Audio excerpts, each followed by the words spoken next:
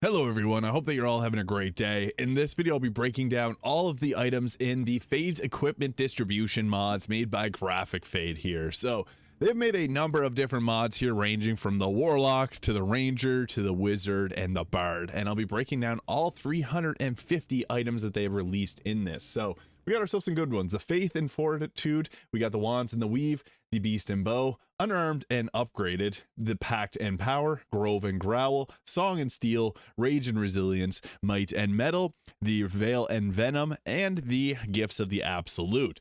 Now, what these all look like, it's in total 350 different items. So we got ourselves, I guess I'll start off with the Fighter. There's 3 sets of items, so you can find these in Acts 1, 2, and 3. Now, for the Act 1 fighter items that we got the Ring of Deflection here, allowing you to deflect an incoming melee attack, reducing the damage by 1d4 plus your Constitution modifier. So we'll be going through all the items here, starting with the fighter and then making our way all the way through. For the necklace here, we got the Lionheart, giving you a +1 bonus to strength and Constitution saving throws. The Helm of the Stalwart Defender. When you start your turn with an ally within 3 meters of you during combat, you get +1 armor class, +1 to Constitution saving throws, medium armor. We also got ourselves the Cloak of the Patient Warrior. When an enemy attacks you, their subsequent attacks will have a -2 penalty until the start of their next turn. Boots of the Unbreakable Stance. If 2 more enemies surround you at the start of the turn, you get +2 to armor class and +1 to attack rolls and +1 to athletics. Rusting Gauntlets, the Grasp of Rust. These gauntlets are cursed but effective. Each consecutive melee attack forces the target to make a Constitution saving throw or have their armor to begin to rust away, which gives -2 armor class. We also have ourselves the Shield of the Spike Shell, which gives you the Spike Shell ability. It's a +2 armor class shield. The shield erupts with defensive energy at the start of combat, granting you temporary health points equal to twice your character level. When these temporary health points are depleted, the shield unleashes an explosive barrage of scales in a 3-meter radius, doing 2 to 12 slashing damage and possibly inflicting bleed for 2 turns. It's a pretty powerful shield. These, however, are all quite balanced for the early game, which is really nice. And then we got the Blood-Soaked Longsword here, which when you attack a target that is bleeding, you deal an additional 1 to 4 necrotic damage. And finally, the Sword of the Sundering Strike. This does the 1d10, and your attacks have a 10% chance to apply weakened defense till the start of the turn. So that is the Act 1 fighter gear. Into Act 2, we start to get some even more powerful items with the Ring of the Disarming Riposte. Whenever someone attacks you with a melee attack and misses, you can attack them back and attempt to disarm them. They must make a strength saving throw or lose grip on their weapon, which you can then subsequently pick up. So this is a very good ring, actually probably one of the best rings in the game. We also got ourselves the Ring of the Razor's Edge. Your attacks ignore resistance to slashing damage, which is quite nice early on. We also got the Pendant of Shielding. This pendant projects a field of protection, reducing incoming physical damage for you and your allies within 5 meters of you, equal to half your Constitution modifier.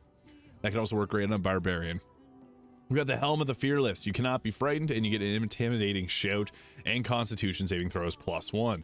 So what this ends up looking like is you got this here, which can each creature within a 5-meter radius must make a Wisdom saving throw or become frightened for 3 turns. Pretty strong. We also got ourselves a Golden Cloak of Resilience, giving all coming damage is reduced by 1. The Boots of the Ironclad Champion. When you use your action surge during combat, the next melee attack is infused with 1d8 of force damage. Furthermore, you gain temporary health points equal to twice your fighter level. The Gauntlets of Brave Fury. Are melee attacks have a 10% chance to trigger an immediate additional melee attack. That is crazy. There's not a lot of great gloves in Baldur's Gate 3 as a whole, so this could actually potentially be one of the best items if it was in actual Baldur's Gate 3. 1 in 10 chance to do an extra attack is actually quite massive and a big spike to DPS. Aegis of the Unflinching Guardian, +3 shield. The Aegis makes you immune to being knocked prone. You have the Guardian's Aura, which gives a +1 to armor class to all creatures within 3 meters. And then you got the Deflection field, so whenever you have this shield equipped, you're able to block attacks with it. And we also got ourselves a Shadow Curse Battle Axe here, so this has a cool green effect to it. Your attacks have a 15% chance to apply Rendering Shadow for 3 turns, and it deals an additional 1d6 of necrotic damage. So that is quite strong, obviously, and for some reason will not let me equip this item. Only a fighter can use this item, I guess that's probably why. So yeah, that's the Act 2 gear. Into Act 3, we also got ourselves the Ring of the Enduring Warrior. At the start of your combat, grants you additional temporary health equal to twice your fighter level. If you take damage below 50% health, you enter a state of focus determination. For 3 turns, all damage you take is reduced to an equal amount to your Constitution modifier. Pretty good. And the Ring of the Bold. As combat begins, your ring challenges your inner boldness. Your first melee weapon attack grants you emboldened for 2 turns. Amulet of the Deathless. Defiance of Death. A fighter can only use this item, so this is basically Death Ward plus gives it additional health. The Helm of the Exalted Champion here. This is gives you the Champion's Challenge. So whenever you have that equipped, you get yourself this, which is you can apply challenge all creatures within 9 meters. Challenge creatures must only choose you as a primary target. If a challenged creature attacks a creature other than you, has disadvantage on attack rolls. When you hit a challenged creature, you can force them to make a Constitution saving throw, or they start to bleed. It's pretty good. And we got ourselves for a cloak. Once per combat, when you take health damage below 30% health points, you find yourself renewed, regaining 25% of maximum health. And you also get a +2 armor class for 2 turns. That's a really good cloak, as there's not many great cloaks in the game. The Boots of the Charging Warrior, or Warlock, gives you the Warlord charge, which is basically just the charge attack that you get from the feet. The Gauntlets of the Calculated Carnage. Landing a critical hit fuels your aggressive. Your next weapon attack deals an additional 2d6 of damage and increased critical hit chance. You also get the Battle Axe of the Sundering Blow. Attacks with this weapon have a 20% chance to apply Sundered for 3 turns. And you get the Scimitar of Infernal Kiss, doing 1d6 additional fire damage. When attacking a bleeding target, the Scimitar inflicts the target with Hellfire's Grasp. This removes the bleeding condition, but gives them fire damage. And then it also has the addition, it has fire damage on it naturally. So the fighter gets some pretty solid items, as you can see, and some of them actually will apply to other melee fighters. Now, when we get into the rogue equipment, we got ourselves 10 different items per act. So the Amuletic Cornered Rat, when you're surrounded by 2 or more enemies, you get a +1d4 bonus to melee attack and deal additional 1d4 damage. This gives you the Mark of Death, which you can apply to a target. And whenever they have that, as a bonus action, you can touch a creature within 1.5 meters. They must make a Constitution saving throw, or they have the Mark of the Death. All attacks will have advantage against the target, and the critical hits will take this entity out immediately. So, yeah, that can pair with some other rings to be very powerful. Ring of the Steady Hand. This ring's subtle vibrations help you maintain focus, +1 to attack rolls and melee attacks. The Whispering Hand Crossbow, +1 to stealth checks. And this wind carries secrets and whispers of madness. With this weapon, you have a 15% chance to deal an additional 1 to 6 psychic damage. Cool. Spider Fang Sickle gives you the Pulling Web, which you can web targets, and it deals an additional 1d4 poison damage. Cape of the Chameleon, you blend into seamlessly, giving you a +2 to stealth checks. The Boots of the Quicksilver Serpent. The boots enhance your natural agility, boosting your movement speed by 3 meters. And when you cast Dash, you regain 1 to 4 health, once per combat. Not huge, but I mean, it's something. Gloves of the Quick Draw. These gloves enhance your reflex, allowing you to react swiftly to danger. +2 to initiative, which is really good early game because there's not a lot of good gloves out there. The Shadow Skin Jerkin. This vest gives you a +1 to armor class and +1 to stealth checks. The Helmet of the Assassin's Eye grants you awareness of your target's vulnerabilities. When you hit a creature with a melee attack, you deal additional 1d6 damage once per combat. So that's it for Act 1, Thief. We have the Skeleton Key here, which is an amulet that gives you the Shifting Lockpick. This is really cool. It's basically just knock. We also get the Ring of the Phantom's Mark. The spectral hand reaches out from the ring to curse your enemies. When you make a melee weapon attack, you have a 15% chance to inflict them with the Phantom's Curse. Bloodletter Band. This band hungers for the blood that wants souls. Your weapon's attacks have a chance to deal bleed to the target. The Fate Weaver's Knife.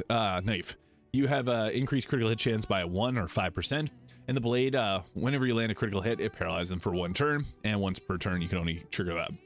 The Sword of Venom gives you the venomous coating, allowing you to apply additional poison damage on the target and poison them. The Cloak of the Arachnida, probably pronounced that wrong, spider.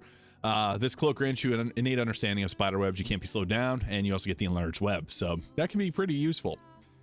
Boots of Living Shadow gives you the Living Shadow ability here, so whenever you have that applied, the Living Shadow will give you you become a gaseous form, and your movement speed increases by 3 meters, but you take 5 force damage at the end of each of your turns.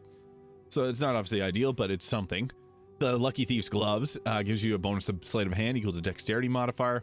Vest of the Trickster. This gives you, the Vest Deception gives you a +1 to dexterity saving throws and ability checks.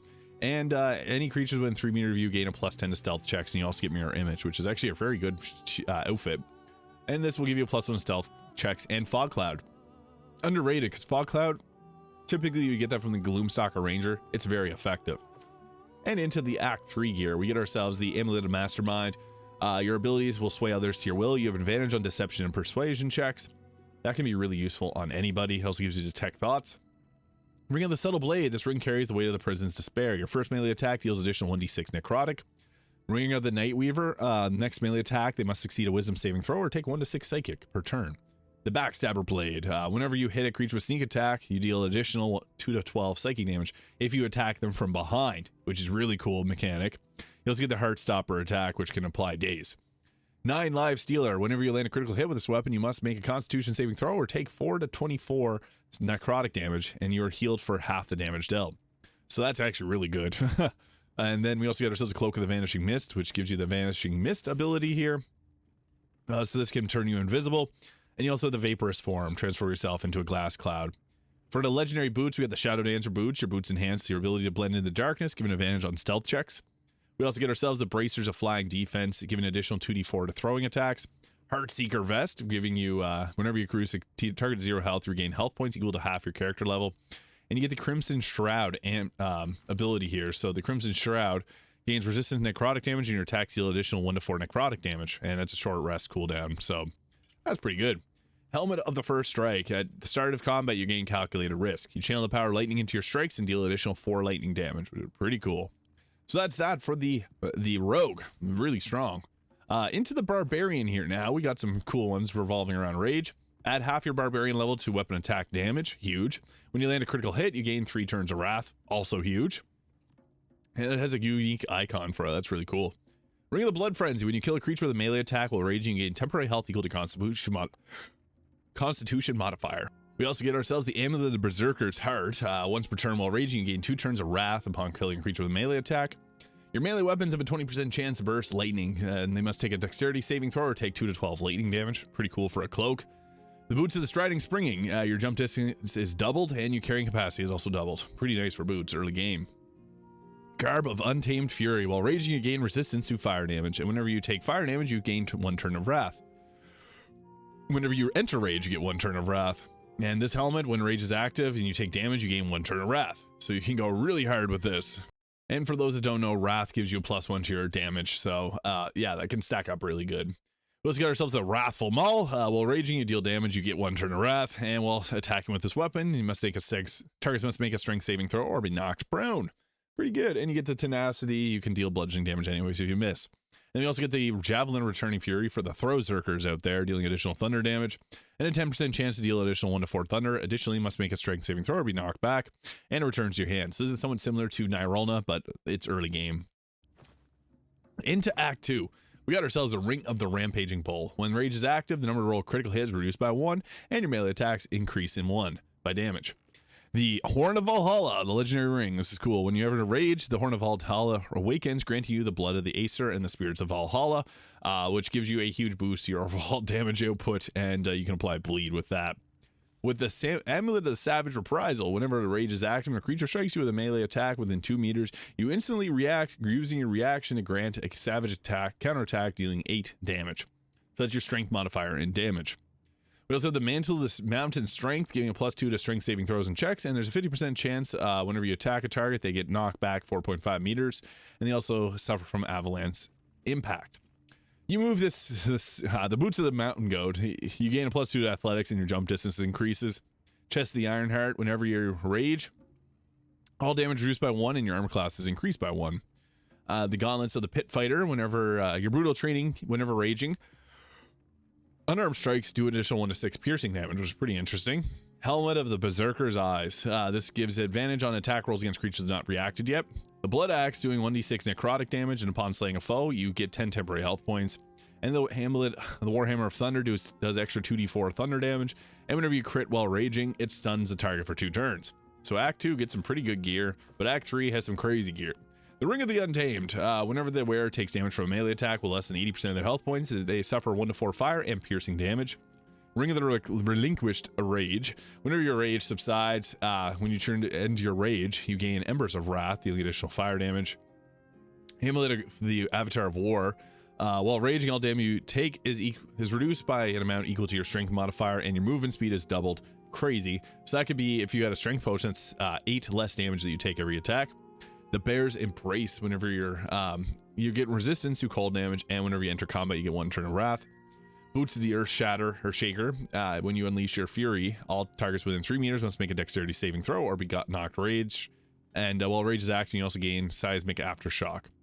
Breastplate of the Titan's Fortitude, 10 armor class, and you get resilient rage for 5 turns whenever you go into rage, giving additional armor class to them. Gauntlets of the Titan's Grip. Your grip becomes that of a Titan while wielding a greatsword, great axe, or great club. You deal additional 2 to 8 damage. It's pretty crazy. The Helmet of Mountain King. When you stand on top of Mountain of Strength, add half your strength modifier to your melee weapon attack damage. And you gain a plus 1d6 bonus to attack rolls against creatures larger than you and deal additional damage to them. You also get the Hand Axe of Primal Fury, which gives you the Bloodfire. So attacks with this weapon ignite their wounds. Ignite the wounds of the target foes below their maximum health points. So if they're less than max health, they take additional 1d6 of fire damage. And you also gain 1 turn of wrath after dealing damage with this weapon. And the final weapon, we get ourselves a Warhammer of the Thunder God. Shouts out to Mjolnir and Thor. This gives you a 2d6 to Thunder. Thunderclap, when you strike with this hammer, there's a 25% chance that Thunderclaps erupts, dealing 3 to 24 thunder damage to all creatures within 3 meters. And it gives you a strength +4 up to 30, which is pretty crazy. So yeah, that can be really powerful for a Barbarian. Moving on to the Bard. There's some interesting ones here. The Bard's actually quite an interesting character because they have so much that they can do. They can spellcast, they can attack, but the Harmonizing Amulet in Act 1 gives you +1 to charisma checks and saving throws. Ring of the Enchanting Tales gives a +1d4 bonus to persuasion checks, and you get Enthrall. This gives you the Phantasmal Reflections, which is basically just mirror image. We also got ourselves the Serpent's Tongue, which is a weapon that has a +1 piercing, or a +1 enchantment. It's a finesse weapon. We also get ourselves the Muse's Inspiration Cam, which gives you the Muse's Embrace, which whenever you use this, you get a +2 bonus to saving throws for 3 turns, which is pretty nice. We also get the Boots of the Dancer, 1d4 bonus to acrobatics checks. The Jester's Gloves, 1d4 bonus to all persuasion check or performance checks. The Tunic of the Inspiring Leader, +1d4 bonus to all saving throws, and you get the Anthem of Fortitude. So with that, whenever you apply this, you can inspire 3 allies to gain 1d6 temporary health. Not huge, but I mean it's something, I guess. So yeah. We also get the Hat of the Siren's Call, giving you Thunderwave, Sonic Blast, and the Flute of Haunting, so that can perform. Flute of Haunting. Into Act 2, the Bard also gets the Amulet of Performer's Resilience, which gives you, while you're charmed or frightened, you get a +2 to armor class. And if you're below 50% health points, you take damage, you heal yourself for 1d4 +1 health. For rings, we got the Band of the Wandering Bard. This gives you a 1d4 bonus to history checks. The Madman's Whisper gives the Whispers of Madness, which can strike fear into a target. We get the Luck Blade. The Luck Blade bends to fade. Whenever you roll a 1 or 2 in an attack roll, you can re-roll that damage to use the new result, and a +2 to saving throws with +3 weapon enhancement. Cape of the Swift Blade. This cape enhances your agility and battlefield awareness. After dash, you don't proc opportunity attacks. Your movement speed is increased 3 meters. Boots of the Springing Step gives you enhanced leap, and your jump distance is increased by 1.5. Gloves of the Maestro. This gives a +2 to spell attack rolls, allowing you to cast your spells with greater accuracy. And you also get yourself the Song of Protection. You make a DC 18 performance check. On success, you weave a protective melody, gaining 1 to 12 temporary health plus charisma modifier, which is actually really cool that you have to do a persuasion check or a performance check. I love that about it. Tunic of the Spectral Shift. When you dash, you gain resistance to non-magical physical damage, and you get blink. Hat of Persuasion gives a +3 to charisma checks and saving throws. And we get the Rhythm Maker's Drum, give it a +1 to spell save DC, and Inspiring Beat. So it's a class action whenever you use this, and this will use one of your bardic inspiration, or restore one of your bardic inspiration slots, which is quite nice. And then getting into the Act 3 items, we got ourselves the Amulet of Thunderous Voice. So your voice carries with unnatural force, infusing your weapons with sonic power, and you deal damage equal to your charisma modifier, thunder damage. Pretty nice for a ring or amulet. We got the Ring of the Eternal Crescendo, which gives you Eternal Symphony cantrip, so only a bard can use this, and it's actually quite strong. We got ourselves the Ringmaster Performer, so your innate talent for captivating an audience allows you to recover from the occasional misstep. When you fail a charisma saving throw, you can use your reaction to turn that failure into a success. We also get the Star Song Blade doing 1d4 thunder damage, and you add your spellcasting modifier to attack rolls in place of dexterity modifiers, and you get the Shatter spell level 4. We also get ourselves the Symphony of Souls. Whenever you heal a creature, that gets them a +1 armor class, or +2 armor class for 2 turns, and you get Hypnotic Pattern. Boots of the Quick Blade. This gives you increased movement speed by 3 and grants you advantage on acrobatic checks, and you get Misty Step. The Gloves of the Mocking Jester gives you the Jester's Jinx, which is just Bestow Curse. And then we get the Vest of the Vaudeville Veteran. This vest is numerous compartments, giving you a +1d4 for sleight of hand checks. And this also gives you 1 +2 spell attack rolls and saving DC. And then we get the Visage of Vanishing Laughter, giving a +3 to spell save and spell save DC, or spell attack rolls, which is better than the Hood of the Weave. And when you take advantage, you can become invisible, and you can also cast Misty Step. That's crazy, so that's a really good bard item. Then you also get the Lyre of the Wanderer, which gives you advantage on performance checks, and you get Dimension Door. So that is really, really strong. And moving on into the Druid. So the Druid gets some pretty, because the Druid's got a lot of unique mechanics. So you get the Amulet of Primal Terror. So when you land a critical hit while wild shaped, they must do a Wisdom saving throw or become frightened. This gives you advantage in Constitution saving throws, +1 to spell save DC, and your Lightning, Thunder, and Cold cantrips do additional 1d6 of damage. It's great for Land Druid. Bark of the Bramblewood, 2 armor class and resistance to bludgeoning damage, and deals piercing damage equal to your Druid level to melee attackers.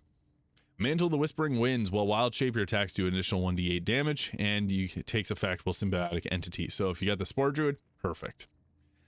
Foot Wraps of the Misty Glade. So if you start your turn on Plant Growth or Vine Surface, you get 1d6 health and Misty Step. Pretty nice. Gloves of Rot and Ruin. Whenever you got Shillelagh, deals additional 6 piercing damage. And the enemy must make a dexterity saving throw or suffer from lacerations whenever you get attacked. It's pretty good. Breastplate of the Frenzied Beast. So this gives you +1 to armor wild shape charges by 1. And you get that additional charge back on long rest. And you get the Frenzy Bloodbath while wild shaped, so that will increase your overall damage while wild shaped, which is pretty crazy because not a lot of gear works in wild shape. The Soul Serpent's Venom courses through your veins. You gain resistance to poison damage, and you can apply poison on the Noxious Bloom. You also get the Staff of the Ancient Guardian. This is the Act 3 gear, by the way. Staff of the Ancient Guardian gives you Conjure Woodland Being, the Guardian's Repulse, and Topple. This also gives a +3 to spell save DC, which is really nice to have. And the Soul Serpent's Fang deal an additional 1d6 of poison damage. And you get the Floating Greatsword that you can summon in, so that's really nice. These are reversed. That was the Act 3 gear first. Now Act 2, the Oakheart Talisman. Shouts out to the Oakheart Sentinels mod by Nightly. But the Oaken Agility, add your proficiency bonus on dexterity saving throws. And at the start of combat, magic within the Oakheart Talisman surges through you, allowing you to instantly assume your wild shape form without costing a wild shape. And you get Stone Skin Awakening. You also get the Stag Whisperer's Band, which gives Speak with Animals and Animal Friendship. Barnacle Bulwark, gross looking shield, but it gives you the spell from Globe of Invulnerability. I don't know why I was having trouble spitting that out. And a +2 armor class. You also get the Blightwood Embrace. Well, wild shaped or symbiotic entity. Your strikes do additional 2 necrotic damage and a chance to apply Blightwood's Agony to bleeding targets. Tangleroot Treads. Difficult terrain no longer slows you down. And the forest stirs flowers and vines spread around you, making it difficult terrain for anyone but you nearby, which is actually really crazy. The Wildwood Gauntlets. Your Shillelagh deals an additional 4 piercing damage while active, and you get Grasping Vine, which is a nice bonus action spell. We have the Briarwood Curious here, which, while wild shape, you deal additional 2 piercing damage and increase movement speed by 3, and you gain advantage on survival checks. We also got ourselves the Emerald Wood Circlet. Advantage on saving throws against spells cast while wild shaped or symbiotic entities form, and you got +1 armor class. Moon Sickle. Restore 1 to 4 health every time you heal another creature, and +2 to saving throws. And the Staff of the Blossoming Tempest. As you change in your wild shape, the power of the Tempest gathers and unleash Tempest Bloom. You also deal additional 1 to 4 thunder damage while in wild shape, so you can explode and deal additional damage. And finally, we got Act 1, the Whispering Umbra. When wild shape, +1 armor class. Very nice. You can use that all game. This gives you ability to succeed on death saving throws more likely, and a +1 spell save DC. Grove in a Bottle. So this gives you the Primal Well-Being, which will restore health while in wild shape. Advantage on saving throws against spells. Very nice for anybody, really. When in wild shape, heal everyone for 1d4 and grant them regrowth. Shillelagh deals additional 2 damage, and you have a chance to afflict bleeding while in wild shape. Beast Warden's Hardness. Whenever a beast attacks you, it must make a Constitution saving throw or become frightened. Helm of the Wildwood. Gain temporary health points equal to your Druid level while in wild shape and reduce all incoming damage by 1. We also got ourselves the Weaver's Edge, giving you the Kiss of the Weaver, which can enweb a target that you strike. And we get the Oak Singer Staff, giving you Wall of Thorns level 1, Barkskin, and +2 to attack rolls, +1 if you're not a Druid. So the Grove of the Growl is nice, but getting into the Warlock, this is an interesting class because the Warlock comes with so many different abilities, and it also gets its spells back on short rest. So they also balance between melee and spellcasting. So this gives you a +1 to ability checks and saving throws. Grimoire of Whispers. If you Pact the Tome, your spells deal additional 1d4 necrotic. That's a cool ring. It's a book, but it works great with Pact the Tome. Bloodstone Ring. Whenever you infuse a weapon with Pact Weapon, it gets 1d4 extra necrotic damage. Very useful. Short Bow of Binding Vow gives you the free spell Hold Person. We also got ourselves a Blood Pact Blade, which is just a unique appearance from Act 2. We also got ourselves the Mantle of the Eldritch Echoes, giving you Echoes of Self, which is just a nice +2, or this gives you the +2 to armor class and resistance to force damage. Really nice. We also got ourselves the Boots of the Shadowed Pack. When you cast Arms Vidar, you deal additional 1 to 4 necrotic. We also got ourselves the Gauntlets of the Pact Keeper. So enemies within this aura suffer 1d4 penalty to attack rolls and saving throws, and if they start a turn in your aura, they gain or take 1 to 6 necrotic. Tunic of Life Sharing. So this increases the familiar's health points equal to the Warlock's level, so if you're using Pact of the Chain, pretty nice. And this gives you Charmed Person. At Act 2, we get ourselves the Leechstone. So whenever you are below 50% health and you take damage, you get temporary health points equal to your Warlock, half Warlock level plus Charisma modifier, long rest cooldown. Volcanic Blast gives you fire damage. The Ring of the Swarm, as a bonus action, you can cloak yourself with magical aura that looks like buzzing flies. This aura extends 2 meters from you in every direction, but not through total cover. This lasts for 10 turns and activates once per short rest. This gives you advantage on Charisma Intimidation checks, but disadvantage on all other Charisma checks. And any other creature that starts its turn, the aura takes poison damage equal to Charisma modifier. We also get ourselves the Whisper of the Fallen Pact, and it's a unique weapon appearance, similar to the Rhapsody Blade. Storm of the Pact Keeper. Gain a +1 bonus to spell attack rolls and spell save DC. Not often use a bow as a warlock as Eldritch Blast, but hey, it's there. The Soulfire Shroud. When struck with a melee attack, you deal 2 to 12 necrotic damage to the attacker, and they must make a DC 15 dex save or take 1 to 4 necrotic at the start of each turn for the next 3 turns, and a +1 to armor class, so that's actually really good. Boots of the Devouring Void. After you cast Hunger Vidar, you can vanish into the void and reappear next to a creature within 9 meters. Very cool. Pact of the Gloves of the Pact Weaver. +1 to attack rolls and spell save DC, and you get the Web spell. The Tunic of Ascended Warlock. A lot of stuff going on here. So, granting formidable enhancements based on your chosen pact. So if you take Pact of the Blade, you deal additional 1d4 necrotic, and if you have Deepen Pact, you do additional 1d4 as well. Your familiars have additional health points equal to your Warlock level plus Charisma modifier and a +1d4 to saving throws. And your Deepen Pact, your familiar does additional 1 to 6 necrotic. Pact of the Tome. Your spells have a 10% chance to apply Pact Siphon within 3 turns, dealing 1 to 6 necrotic per turn and healing you for the full amount. And if you have Deepen Pact Siphon, you deal additional 2 to 12 necrotic damage and heal you for the full amount. Hood of the Whispering Mind. This gives you a fragment of torment. You get a 1d4 plus to investigation checks and detect thoughts. Into Act 3, this is where the best items obviously are, but you get the Amulet of Eternal Hunger. Each time you extinguish life, the amulet siphons a portion of its energy. After consuming 3 souls, you restore a Warlock spell slot. Crazy. You also, at the start of combat, you suffer 2 to 6 necrotic damage, but gain an Armor of Shadowy Energy, increasing your armor class equal to Charisma modifier for up to +5. So, bit of a reward risk situation. Ring of Desperation. When you go below 50% health, it does a 6-meter radius attack, doing 2 to 12 necrotic damage, once per long rest. Knight of Sigil's Dust. After you cast a cantrip, the sigil in the ring glimmers, and this allows you to make a weapon attack using a bonus action, +1 to Charisma up to 22. Soul Knife of the Everlasting Pact. Their dagger resonates with you, so if you have Pact Weapon, it deals additional 2 to 12 psychic damage and resistance to psychic damage. Pact the Chain gives you a +2 armor class to your familiars and attack rolls. In addition, your temporary health points equal to twice your wizard level or warlock level. Pact the Tome gives a +2 to spell attack rolls and spell save DC. Your cantrips also deal additional 2 to 12 psychic damage, which is pretty crazy, only once per turn. Let's get ourselves Short Bow of Hellish Flames. So this gives you resistance to fire and necrotic damage. And your first spell that deals fire and necrotic damage deals additional 2d4 damage. And you get a 4th level Hellish Rebuke, which is really nice to have for a bow slot that you're never going to use. That's the best you can get. Whisper Silk Cloak gives you Phantasmal Force at level 2. Soul Render Boots. Whenever you kill a creature with necrotic, psychic, or radiant, you gain additional action this turn, once per long rest. Pretty crazy. Gloves of Eldritch Power. Focus Eldritch Blast. Focus your Eldritch Energy, granting your Eldritch Blast greater power and precision. Your Eldritch Blasts have advantage and deal additional 1 to 4 force damage. Crazy, or 1 to 8 force damage. Crazy. Tunic of Ravenous Soul. Whenever you hit a creature that's below maximum health points, you deal additional 1d8 necrotic once per turn. And you also get the Visage of the Inner Demon, which gives you the Demonic Surge class action, which whenever you apply this, only available in combat. For 3 turns, you get temporary health points equal to your Warlock level plus Charisma modifier, and do additional 1d6 of psychic damage, which is really nice. So the Warlock obviously comes with a lot of unique ones there, but the Cleric. Now the Cleric is focused on... The Cleric's actually a pretty good spellcaster. That's the Act 3 gear. So getting into Act 1 gear, we got ourselves the Staff of Radiant Authority, giving you the Compelling Presence, which is basically the Nominate Person spell. The Censer of Forgotten Prayers, doing 1d6 radiant damage and gives you the Healing Incense aura, giving you additional healing on your spells. The Celestial Tears gives you a +1 wisdom save, wisdom, strength, and constitution. Pretty crazy early game item. Ring of the Faithful Initiate gives you Bless and Healing Word. Grove Protector's Mantle gives you temporary health points whenever you heal another creature, equal to your Cleric class level. Cannot be stacked with other temporary health. Can't be critical hit with the Shield of the Watchful Moon. Advantage on stealth checks. Yeah, Cleric. Gloves of Clinging Life. You restore additional health points equal to twice your spells level each time you heal a creature. Eyes of the Swamp. Hag's Haunting Sight cantrip, which gives you 15 armor class.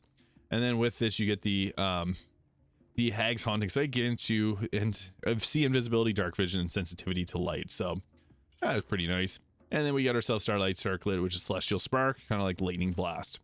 Into Act 2, we get ourselves the Flail of Terror, Whispers of the Skull class action. So whenever you apply this weapon, you also cause them to be frightened for 3 turns and 1 turn on a saving throw. So in a 3.5 meter radius, pretty good for a weapon. Leif Weaver Crossbow gives you the Sacred Bowl, which is basically the Blinding Smite, but for a bow. Staff of Resurrection gives you True Resurrection, a crazy spell, restoring them to full health. And you also get the Heal level 3 spell, which is half of what it normally is. Pendant of Divine Duality gives you Branding Smite and Cure Wounds. The Ring of the Twilight Cleric gives you additional 1d6 damage on your spells. The Shield of Azure Star, you gain advantage on saving throws against spells and spell attack rolls against you have disadvantage. Also the Symbol of Hope, giving you heal all creatures within 3 meters for 1d4 health points per spell slot level if you do a spell above level 1. Soaring Faith gives you Fly on your boots. Grant Gauntlets of the Divine Fortune, a Divine Spark enters, giving you your next spell without expending a spell slot or Channel Divinity. The Channel Divinity part is actually crazy, especially in Act 2. Tempest Clerics can eat with that. And we get the Life Spark Chainmail here, which gives you the Spark of Life cantrip. So whenever you apply that, once for long rest, you can protect a creature from death, and it won't reduce to 0 health. They regain health, and all allies within 9 meters get 1 to 4 health.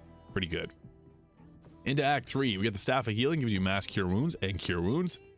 Let's get the Holy Symbol of Shared Fortitude. Whenever you or an ally gets hit with Radiant Necrotic damage, you can use reaction to half the damage. Amulet of the Unshakable Faith, advantage on saving throws against being charmed or frightened. Ring of the Guiding Star, the Cleric and any nearby allies deal additional 2 bludgeoning damage to with melee attacks, and all damage is reduced equal to the Cleric's Wisdom modifier and a +2 to Wisdom, giving it up to 24 Wisdom. Cape of the Devout, the wearer's alignment empowers their attacks. If good, their weapons do additional 1d4 in Radiant. If evil, they do a 1d4 Necrotic. We also get ourselves a Shield of Zealous. You can use a reaction to do 2 Radiant damage and knock it back 3 meters. Great on Radiating Orb builds. We also get ourselves the Gloves of the Prayers. So Radiant Energy erupts, dealing 1 to 4 Radiant damage to all targets within 3 meters, and you get the Blessings of Life. We also get ourselves Boots of the Blessed Step. When you heal yourself or an ally, the target gains additional 10% of their movement speed, and for 3 turns, and allies within 2 meters gain the same effect, and advantage in acrobatic checks. For the Helmet of Luminous Devotion. When the helmet is equipped, you're healed for 1 to 40 health points each turn, and Divine Retribution. Really crazy. Yeah, 1 to 40 health is wild. But that's that for that. We are now getting into the Wizard, Ranger, and the Monk. So looking at the Wizard, these are actually some of the more unique ones. We got ourselves the Amulet of Lost Voices, giving you Speak with the Dead and Speak with Animals, so a slightly upgraded version of the one you get at the very start of the game. When one of your cantrips deal damage, add half your intelligence modifier to the damage dealt. Professor's Ring of Intellect, +1 intelligence up to 18. Cloak of the Reaver's Harvest. That's actually really good at level 1 if you can get that early, because they'll give you 18 if you put your intelligence to 17. Cloak of the Reaver's Harvest. Soul Harvest, giving you your spell slot back if you take out a target. Cannot fall prone on icy surfaces, and if you start your turn on water surface, it becomes ice. Very cool item. I love that. Gloves of the Cinder Brand. Your fire spells also deal additional 1d4 fire damage to creatures, which is pretty strong on Scorch and Ray. Robe of the Arcane Duelist. You gain arcane acuity when they deal spell damage or cantrip at close range, which gives you +1 to spell save DC and spell attack rolls, so that can be very strong very quickly. You get Chromatic Orb from this helmet. We got a crossbow. Whenever you deal fire or cold damage, you gain temporary health points equal to intelligence modifier. Pretty good, because we don't use a crossbow as a wizard often. Staff of Whispering Thoughts. Increased critical hit chance, great for Scorch and Ray. And you get the Whispers of the Binding, which is a necrotic spell that whenever you apply it, this deals damage equal to wizard level and paralyzes the target for 2 turns. Really nice. Into Act 2, we get ourselves the Spell Bottle, which gives you a spell slot restoration. Really cool amulet. This gives a +1 in Constitution and Arcana. Ring of Fireballs gives you Fireball. Shroud of the Shadow Weaver gives you the Weave of Shadows. So whenever you apply this, this will give you restoring a spell slot up to 3rd level. And then we also got ourselves the boost of the Icy Blink. You cannot fall prone on ice, and you get the Winter Shift, which will allow you to teleport to an area and do 2 to 12 psychic or cold damage in a blast which is similar to the Hellwalker boots that you get in Act 3. Forest Weaver's Gauntlets do additional 1d4 force damage on spells. Nice on Magic Missile.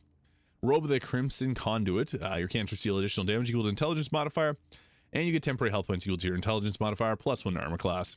The Sage's Cap. Advantage on saving throws to maintain concentration. Very good early game. Crossbow of Elemental Bane. Attack rolls of advantage against elementals. Not really something you'd really use often as a with a wizard. Staff of the Arcanist Charge does additional 1d6 force damage whenever you deal damage with a spell or cantrip. You gain Arcane Charge for 1 turn. Pretty decent stuff there, but as we get into Act 3, this is where the real stuff is. Amulet of the Arcane Renewal. A hidden wellspring of magic awakens within you, guaranteeing an additional use of Arcane Recovery. +2 to spell save DC. Really nice. At the start of combat, you gain Arcane Charge for the first 3 turns.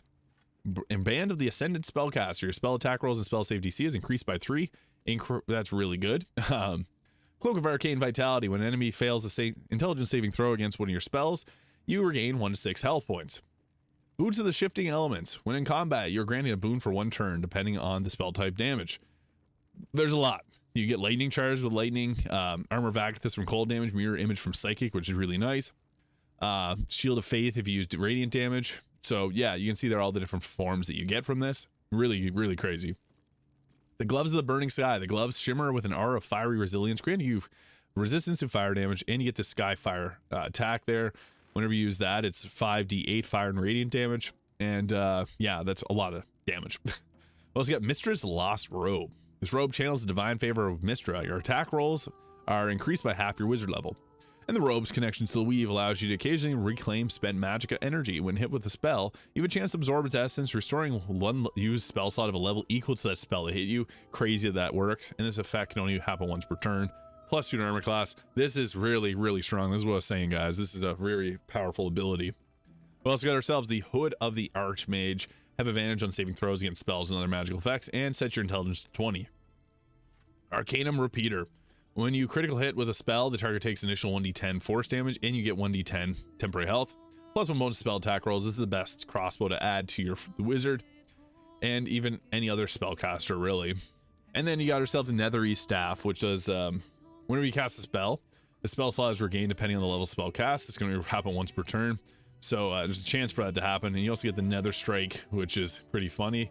So the Nether Strike does 10d8 force damage, and the Ancient Runes upon the Staff Igniting Flash with a destructive wave of energy, obliterating yourself and dealing 10 to 80 force damage while creatures within 9 meters radius.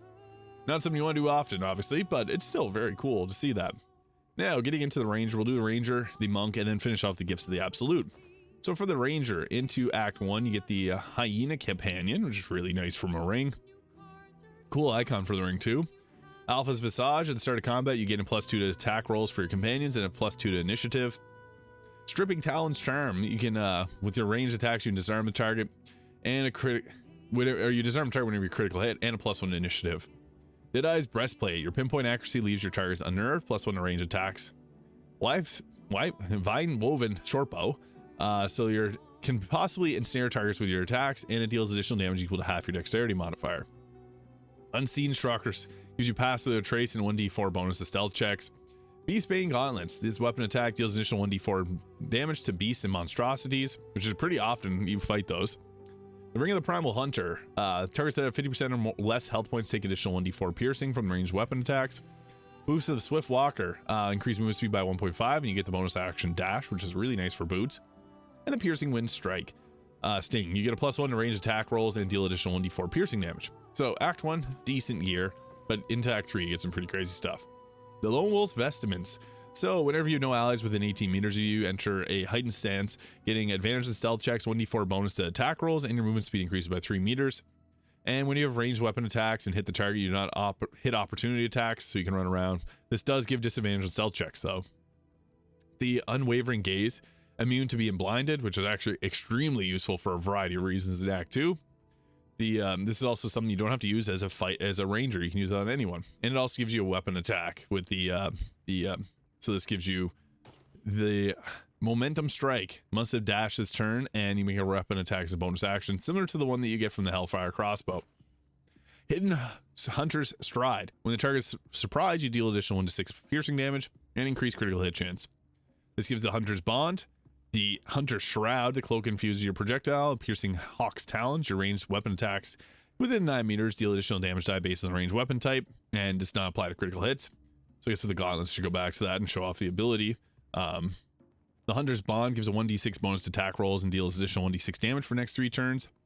Fast Strider's Reach gives you additional damage equal to Dexterity modifier, and the Arrow of the Fast Strider. Whistle of the Loyal Spirit gives you a Spectral Hound companion. Sharpshooter's Charm, whenever you critically hit with a ranged weapon, you get a bonus action. Nice. Once per combat. And when you're 9 meters of an animal companion, the number you need to hit a critical hit with is reduced by 1, and you get increased jump distance, which is really cool to see. And +1 initiative rolls and saving throws with that ring. Into Act 3 is gear. You get yourself the Breastplate of the Soaring Hawk. When you make a ranged weapon attacks, you roll the damage die twice, and you ignore resistance to piercing damage. Add your full Dexterity modifier to armor class, and does not give disadvantage on stealth checks. Headguard to the Master Tracker gives you the Mark of the Tracker, and Dexterity saving throws +2. Boundless Strike, when you run out of combat during, run out of movement speed during combat, it gives you additional 3 meters movement speed. This gives you the Beastmaster's Rage Transmutation spell, so whenever you apply that, channel the Primal Fury, your companion's attacks grow more savage, increasing both their attack and damage dealt by 1d8 and gaining resistance to physical damage, so they hit harder and they can rage, which is really cool. Placeholder title. Hexer's Longbow. Whenever you hit a creature with this attack, you must make a Constitution saving throw and failed the target's curse for 1 turn, giving it -2 to saving throws. Halberd of the Elusive Serpent. When combat starts, you become a blur of motion. For 3 turns, melee weapon attacks within 3 meters have disadvantage towards you. During this time, you also have advantage on Dexterity saving throws. And you get a bunch of weapon attacks with this, and the Poison Blade there as well. Cerberus's Maw. The jaws of Cerberus clamp down on the foes, adding your full Dexterity modifier to this weapon's damage. And on hit, they must make a Dexterity saving throw or become maimed for 1 turn, reducing their movement speed. We also get ourselves the Band of the Displaced Hunter, giving you a Displacer Beast companion. Really cool. Archer's Eye sets your wisdom to 20 and also gives the Arcane Eye. So this is an enchantment spell that you can apply.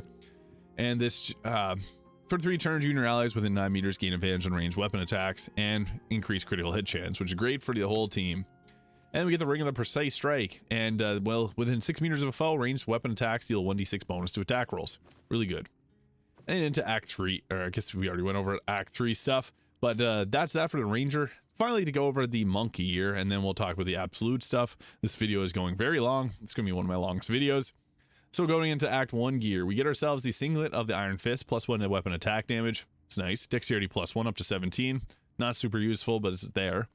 Amulet of the Rekindled Spear gives the Key Restoration, which is very effective to have, as you run out of Key off in early game. This gives you increased jump distance by 1.5, and your movement speed increases by 3 meters. This does 1 to 4 acid damage, which is cool. We don't have acid damage gloves. Now we do. +1 armor class and acrobatics. So nice. +1 armor class start of each turn of combat. Funny, that's only at the start of combat. Upon striking enemies with a Staff of the Undying Tree, they're marked with a strength. Must make a strength saving throw, or they can constrict it firmly in place. This also, your connections to the ancient tree spirit grants you a nimbleness akin to a tree swaying in the wind. You get advantage on dexterity saving throws. Firebolt, Ember's Fist. Helmet of the Spirit's Reach. Whenever while equipped, you deal additional damage with unarmed attacks equal to and a +1 bonus to attack rolls. Then we also get the Ox's Heart, +1 to Constitution up to 17. So, yeah. And then Act 2, we get ourselves the Song of the Wind, +1 to Initiative. We also get ourselves the Blinding Crimson, +1 to spell attack rolls and Binding Chains, which can web a target. Shattered Sun's Vest. Your reflexes. So basically, when you're not wearing armor, you add your Wisdom modifier to your armor class, and you get a +1 to your armor class, similar to what you already get as a monk. It's kind of funny. Yeah, it's just basically that extra 1 to your armor class.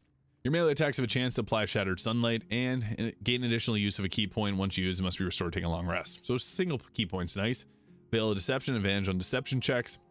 Amethyst Spur at the start of combat, the wearer gains momentum for 2 turns, gets +1 to dexterity. Universal Comprehension, it also gives you a +2 to your wisdom. So with the Universal Comprehension here, we get ourselves, I guess nothing, it's not actually properly showing up. So yeah, that's something, I guess, but class action there. Storm's Reach Mace gives you Storm's Grasp and advantage on athletic checks. The Blood Spear, the blood of the enemy. Whenever you kill an enemy with a melee attack, you gain 2d6 temporary health, and this can only happen once per short rest. Sun Spark Bow. This gives resistance to necrotic damage, and we also get the Mantle of the Mountain, giving you Wall of Stone cantrip and +1 to your armor class. And then looking into the Act 3 gear, we have the Master of the Barrier's Mind. At the start of each turn of combat, your Resolve bolsters your body, gaining temporary health points equal to Wisdom modifier, and you get the 4C cantrip. So With the 4C cantrip, this one also doesn't work properly, so that's something. Then we also get ourselves the Vestment of the Ascended Fist. You have mastered your reflexes, forming an impenetrable defense.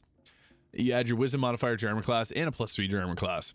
Whenever a creature within melee range attacks you and misses, you can use your reaction to unleash Stunning Strike, which can stun the target, which is actually huge because then they can't move. And you get the Fist of Ascension as well. The Gloves of the Iron Fist. These gloves channel your martial prowess. You do additional 1d8 bludgeoning damage. And whenever you hit a target, they must make a strength saving throw or become reeling, which gives them -2 attack rolls, and it gives you advantage on saving throws for strength. The other gloves that you get in Act 3 are better than this, I'll be honest, but still an option. Drape of the Stone Guardian. While not wearing armor, you're immune to critical hits, and you get a +2 to armor class. Really great cloak. This also works with the Barbarian well. We also get ourselves a Boots of the Charging Tiger, get momentum equal to Wisdom modifier, and after killing a creature, your movement speed is increased or restored by 15%. Actually kind of crazy. This is the Ring of the Ashen Fist, giving you a +1 saving throw and Fireball spell. Anyone could use that one. Pearl of the Coral Throne, get a +3 bonus spell save DC and key restoration. Great for the 2 people that play the 4 Elements Monk. Steady Striker, increase critical hit chance, and you get a +1 initiative. That's great on anybody. Staff of Striking gives you the Forceful Blow class action. So whenever you apply that, you get use attacks deal additional 1d6 fire or force damage for 3 turns. You can use it as bonus action. And we get the Ring of the Weaving Hummingbird. So whenever you use Flurry of Blows, you gain additional 1d4 bonus attack rolls for the rest of your turn. And then into our act. I guess that was it for the monk. And to finally finish off, the Gifts of the Absolute. So these are all items that are based if you have the Absolute's brand. So this will give you within 5 meters, granting advantage on saving throws against being frightened, and a +1 to bonus attack rolls and saving throws. There's also the Absolute's Resonance. Upon being struck with an arrow from this longbow, the target must make a dexterity saving throw or become blinded for 1 turn, which is actually crazy. And it gives you an exploding Glyph of Warding, which is nice because it pushes back enemies. We also get ourselves the Absolute Spark. When you cast a spell of the 4th level or lower and expend a sorcery point, the Spark of Absolute's boundless energy grants you a chance to restore sorcery points. And the amount of sorcery points regained is dependent on the level spell cast. Really nice. The Absolute's Focus, whenever you cast a spell, chance to restore the expended spell slot. The spell slot regain depends on the level of the spell. You can 2-hand both of these for some nice bonuses on a sorcerer. The Absolute's Rage. If you become enraged, you send out a wave of terror, and all enemies within 3 meters must do a Wisdom saving throw or become frightened. Really nice, and it gives you 3 different weapon attacks. Absolute's Judgment is a paladin weapon. Whenever you use your smites, the Absolute's Verdict rings out, doing additional 1 to 4 psychic damage. Whispers of the Absolute. Whenever you do a sneak attack, they must do a dexterity saving throw or become silenced. If you hit a silenced creature that isn't facing you, it does an initial 1d6 damage. Really cool, similar to the other weapon that we talked about. Absolute's Domain. This gives you Dominate Beast and Summon Needle Blight. We also got ourselves the Absolute's Hex, which whenever casting or reapplying Hex, your next spell attack will deal additional 1d6 of damage for the Warlock. This is the Absolute's Trickery. When casting Bardic Inspiration or Combat Inspiration, all enemies within 3 meters must make a Charisma saving throw or become charmed for 3 turns. Kind of crazy. Absolute's Touch. This unarmed strikes do additional 1d4 psychic damage, and landing a critical hit with these gloves does stuns the target for 1 turn if they fail a Constitution saving throw. So that's actually really good on the monk. Absolute's Benediction for the Cleric. This shield is imbued with the Absolute's Twisted Interpretation of Mercy. Channels the restorative energies. So whenever you get attacked, you deal additional 1d6 psychic damage to all enemies within 1.5 meters. Absolute Scourge. Whenever you cast a spell at an enemy, it must make a Constitution saving throw or become vulnerable to psychic damage, which is crazy. Resonant Stone will also do that. Your melee attacks and ranged weapon attacks deal additional 1d4 psychic damage to all targets within 1.5 meters. The Absolute's Graves gives you advantage on intimidation and insight checks. Absolute's Grasp. On hit, push the target 1.5 meters away from you. Absolute's Embrace. Whenever the wearer is hit by a melee attack, the amulet channels a surge of dark energy, giving 2d6 temporary health points, once per short rest. And we get grant resistance to psychic damage with the Cloak of the Unseen Absolute. So, yeah, out of all the graphics fade mods, I can't pick a favorite. They're all really good. So, again, you need to have the Fades Equipment Distribution mod installed. This will place the mods in different locations in Baldur's Gate 3 that you can then find them. And then you get to go with all those mods. This is the most popular mod at the moment, so I thought this would be a good idea to cover this because it's a lot of items, and you might not want to download all of them, especially if you're on console. So that's why I took it into my own hands to show off every single item. This video is 50 minutes long. This is a long one, but just wanted to help because I've been asked about this a few times. So if you found this video useful, please hit the subscribe button below. Thank you so much for watching, and I'll see you all in the next video.